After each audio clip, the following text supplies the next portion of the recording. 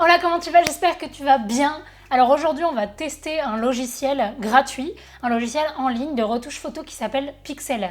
Donc cette vidéo, elle est en partenariat avec Pixlr. Ils m'ont demandé de tester leurs produits et je vais le tester devant vous et je vais vous donner mon avis honnête sur le site. Donc Pixlr, c'est un logiciel ou un site en ligne pour retoucher des photos qui est un petit peu dans le même esprit que Photoshop dans l'ergonomie. Ils ont voulu faire en sorte que ce soit relativement ressemblant et je pense que ça peut être une bonne solution pour les débutants en photographie ou les gens qui aiment faire des photos mais qui n'ont pas forcément envie de payer une licence pour Adobe ou pour Capture One, etc. Donc ça peut être une bonne première solution à tester, mais on va voir ensemble ce que le logiciel vaut vraiment. Donc il faut savoir qu'il y a deux versions, il y a Pixlr X et Pixlr E.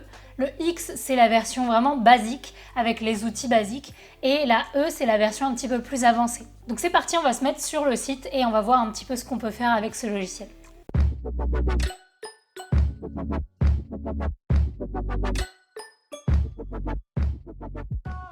Donc là, quand on a juste tapé pixlr.com sur Google, on tombe sur cette page. Donc on a l'éditeur photo avancé et l'éditeur photo rapide. Je vais vous montrer l'éditeur photo avancé parce que ça va être là où on peut faire le plus de choses. Mais vous pouvez aussi utiliser l'éditeur photo rapide.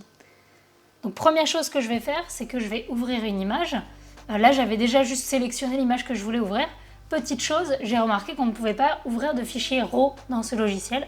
Donc forcément au niveau de la retouche, de la plage de couleurs, de l'exposition, etc., on aura peut-être moins de marge.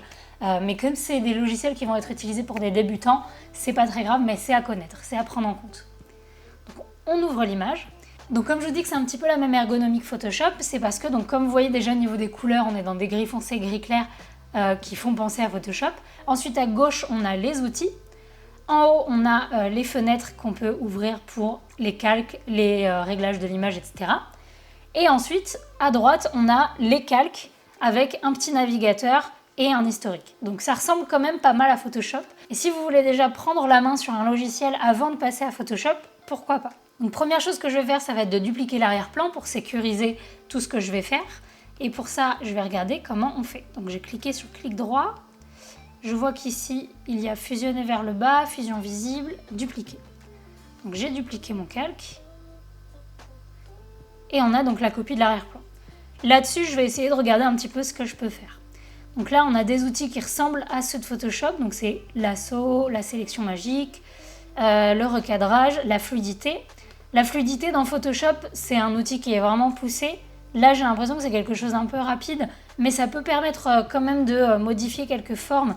Par exemple, si vous avez envie de grossir, de maigrir quelque chose, moi j'utilise plutôt pour les vêtements quand il y a des petites bosses, etc. On va essayer de voir comment ça marche. Hop. Ouais, là c'était peut-être un petit peu fort. Alors le CTRL Z, ça marche aussi. Voilà, j'ai eu le réflexe de faire CTRL Z pour revenir en arrière, ça marche aussi. Je présume qu'après, il faut juste prendre la main. Mais voilà, il faut juste avoir un petit peu l'habitude, quoi. Donc, bref, on a la fluidité, l'outil correcteur, le tampon, le flou, le contraste, non, densité plus, densité moins. Ça, c'est quoi? Je ne connais pas cet outil. Donc, on a la taille d'un pinceau ici.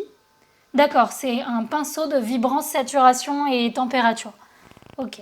Donc c'est pour pouvoir faire des retouches de, par exemple, de saturation un petit peu plus localisées. Si par exemple je voulais mettre un petit peu plus de saturation dans les feuilles, eh ben là je viens avec ce pinceau-là, je présume. Ok, fais voir ce que ça donne. Alors là j'ai mis éponge. Ça s'appelle l'éponge, d'accord. Donc on met le avant-près. Ok, bon, c'est très léger. Hein. Ensuite, on a donc les pinceaux pour tracer. Ça, c'est un stylo. Ok. Remplir.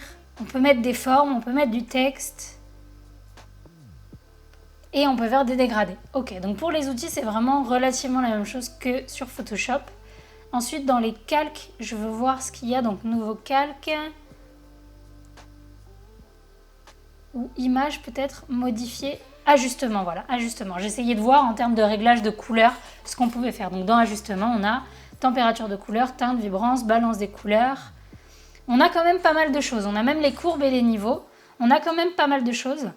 Ce que je vais faire, c'est que je vais tester un petit peu. Je vais vous mettre en accéléré parce qu'encore une fois, c'est pas un tuto, je veux juste tester le logiciel.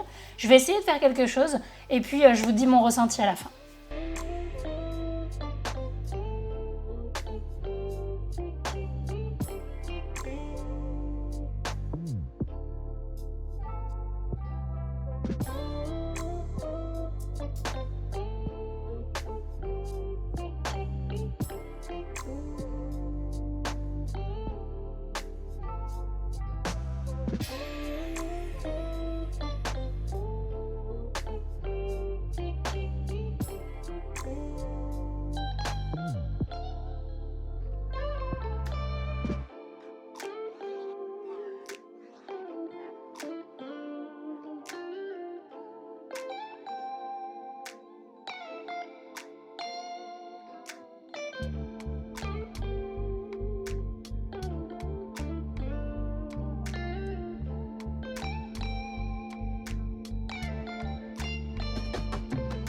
Voilà, donc franchement, moi je suis vraiment agréablement surprise pour l'instant de ce que j'ai trouvé sur ce logiciel.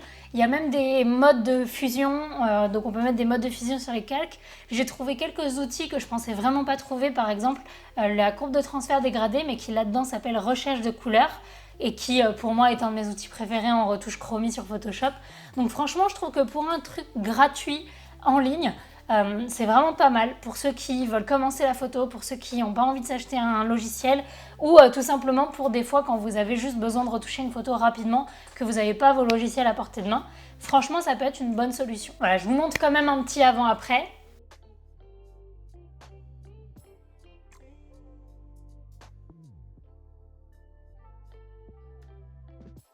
Merci d'avoir regardé la vidéo, n'oublie surtout pas de t'abonner et de cliquer sur la cloche pour ne louper aucune des nouvelles vidéos si tu es intéressé par les vidéos en rapport avec la photo parce que j'en poste tous les lundis. Et moi comme d'habitude, je te fais des bisous. Ciao!